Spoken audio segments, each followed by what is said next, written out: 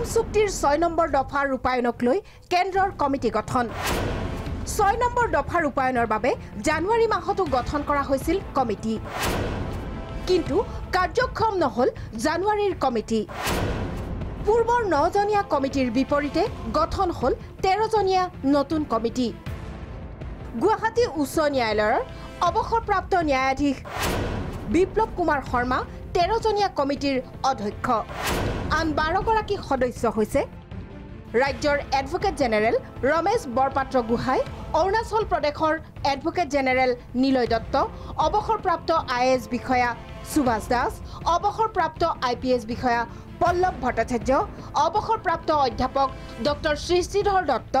লেখক সুমন্ত চলিহা অধ্যাপক ডক্টৰ জয়কান্ত শৰ্মা সাংবাদিক ৱাজবীৰ হুছেইন সদৌ অসম ছাত্ৰ সন্থাৰ মুখ্য উপদেষ্টা ডক্টৰ সমুজল কুমাৰ ভট্টাচাৰ্য সভাপতি দীপাংক কুমাৰ নাথ সাধাৰণ সম্পাদক লুৰিণজ্যোতি গগৈ আৰু গৃহ মন্ত্ৰালয়ৰ উত্তৰ পূবৰ যুটীয়া সচিব এইবাৰ এটা ভাল খবৰ কি মানে আছু যিয়ে অসম এজিটেশ্যনটো কৰিছিলে তেওঁলোকো ইয়াৰ এটা stakeholder already government of India government of আছামৰ ট্ৰাইপাৰ্টাইট টক বহুতখিনি হৈ গৈছে মানে আছাম একৰ্ড ইমপ্লিমেণ্টেশ্যন সম্পৰ্কে গতিকে ক্লজ 6ৰ ক্ষেত্ৰতো তেওঁলোকৰ এই যিবিলাক টক হৈছিলে তাৰ বহুতখিনি কথা আগবাঢ়ি আছে গতিকে সেইকাৰণে আছু এই কমিটিত থকাৰ কাৰণে এটা বহুত ডাঙৰ এটা সুবিধা হ'ব আৰু এটা খুব পজিটিভ ফেক্টৰ বুলি মই ভাবোঁ কমিটি সন্দৰ্ভত আশাবাদী সদস্য পল্লৱ ভট্টাচাৰ্য বিচাৰিছে ৰাইজৰ সহযোগ এতিয়াও এই প্ৰচেষ্টাত আমি যথেষ্টখিনি বাধাৰ সন্মুখীন হ'ম নিশ্চয় কিন্তু এট দ্য ছেইম টাইম এইটো এটা ডাঙৰ অপৰচুনিটি আমাৰ অসমীয়া মানুহৰ কাৰণে মানে অসমত বাস কৰা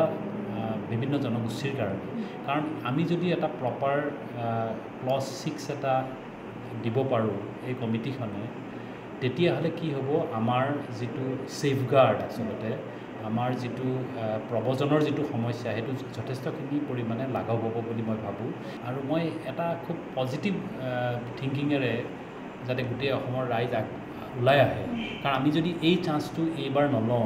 তেতিয়াহ'লে ভৱিষ্যতে আমি তেনেকুৱা ধৰণৰ চান্স আৰু নাপাবও পাৰোঁ কিন্তু অসম চুক্তিৰ সুদীৰ্ঘ ৩০টা বছৰৰ পাছতো ৰূপায়ণ নোহোৱা অসম চুক্তিৰ ৬ নম্বৰ দফাত কি আছে ৬ নম্বৰ দফাটো এটা বিস্তৃত এটা বিষয় আমাৰ অসমৰ বিভিন্ন জাতি জনজাতি জনগোষ্ঠী ধৰ্মাৱলম্বী লোকেৰে গঠিত আমাৰ খিলঞ্জীয়া মানুহৰ ভাষা সংস্কৃতি পৰিচয় অস্তিত্ব সুৰক্ষিত কৰিবৰ কাৰণে অসম চুক্তিৰ ৬ নম্বৰ দফা অসম চুক্তিৰ মৰ্মে ৭১ চনলৈকে অহা হিন্দু মুছলমান অসমত থাকিব ৭১ৰ পিছত অহা হিন্দু মুছলমান সকলো অবৈধ বাংলাদেশী বহিষ্কাৰ হ'ব এইটো চুক্তিৰ প্ৰতিশ্ৰুতি সমগ্ৰ ভাৰতবৰ্ষৰ হৈ অসমৰ দৰে সৰু ৰাজ্য এখনে ৭১ চনলৈকে অহাসকলৰ আমি দায়িত্ব ল'লোঁ তাৰ কাৰণেহে ক্লজ 6 তাৰ কাৰণেহে ৬ নম্বৰ দফা কমিটি সন্দৰ্ভত কি স্থিতি ছাত্ৰ সন্থাৰ ইয়াৰ আগতেও অসম চুক্তিৰ ৬ নম্বৰ দফা অনুসৰি সেই সময়ৰ যুটীয়া গৃহ সচিব জি.কে. পিল্লাই ডাঙৰীয়াৰ নেতৃত্বত কমিটি গঠন হৈছিল